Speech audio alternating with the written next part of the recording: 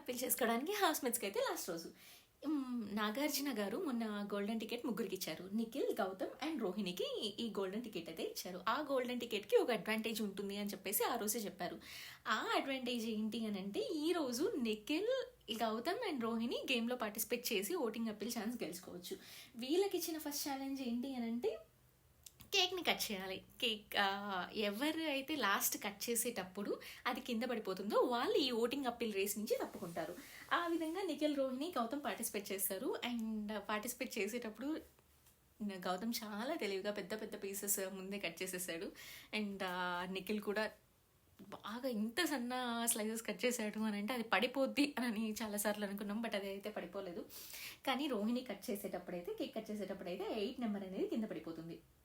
So Rohini vote appeal chance నుండి వెళ్ళిపోతుంది. And అలా కింద పడిపోయినప్పుడు అవినాష్కి, రోహిణికి మధ్య చాలా ఫన్నీ కన్వర్సేషన్స్ అయితే జరుగుతాయి. అవినాష్ రోహిణిని బాగా ఇమిటేట్ చేస్తాడు. కేక్ కింద పడిపోతుంది. కేక్ కింద పడిపోయిన తర్వాత ఎక్స్ప్రెషన్ ఏంటి అనేది చాలా ఫన్నీగా అయితే ఇమిటేట్ చేస్తాడు అవినాష్. అండ్ వీళ్ళకి ఇచ్చిన లాస్ట్ ఛాలెంజ్ ఏంటి అని అంటే, ఓటింగ్ అప్పీల్ చేసుకోవడం కోసం రంగు పడుద్ది. ఎవరి టీషర్ట్ మీద అయితే ఎక్కువ కలర్ ఉంటుందో వాళ్ళు ఈ ఓటింగ్ అప్పీల్ రేస్ నుంచి తప్పుకోవాలి. దీనికోసం 3 రౌండ్స్ పెడతాడు బిగ్ బాస్. ఫస్ట్ రౌండ్లో అయితే గౌతమ్ గెలుస్తాడు, సెకండ్ రౌండ్లో నిఖిల్ గెలుస్తాడు. ఈ మధ్యలో ఏం జరుగుద్ది అంటే, నిఖిల్ గౌతమ్ని బే అని అంటాడు. ఆ బే అనడం చాలా తప్పు. దాని తర్వాత అనిన తర్వాత కూడా మళ్ళీ రియలైజ్ అయ్యి సారీ చెప్తాడు. దాని మధ్యలో చాలా పెద్ద ఫైట్ అయితే జరుగుతుంది. అండ్ థర్డ్ రౌండ్ కూడా నిఖిలే గెలుస్తాడు. ఈ రౌండ్స్ నిఖిల్ గెలవడం వల్ల, 2 రౌండ్స్ నిఖిల్ గెలవడం వల్ల నిఖిల్ ఓటింగ్ అప్పీల్ ఛాన్స్ అయితే వస్తుంది. సో నిఖిల్ ఓటింగ్ అప్పీల్ వెళ్ళి అడుగుతాడు, జనాలని ఓట్ చేయమని చెప్పేసి అడుగుతాడు ఫైనల్ రేస్ నుంచి. ఎనీవేస్ జనాలు ఫుల్ అంతా నిఖిల్కే సపోర్ట్ ఉన్నారు. మన పోల్స్ ద్వారా తెలుస్తుంది, మ్యాక్సిమం ఓట్స్ అన్నీ నిఖిల్కే ఉన్నాయి. నిఖిల్ ఓటింగ్ అప్పీల్ అయిపోయిన తర్వాత మన అన్నయ్య ఓంకార్ అన్నయ్య ఎంటర్ అవుతాడు బిగ్ బాస్ హౌస్లోకి ఇస్మార్ట్ జోడీ కోసం. అండ్ వీళ్ళతో కొన్ని గేమ్స్ అయితే ఆడిస్తాడు.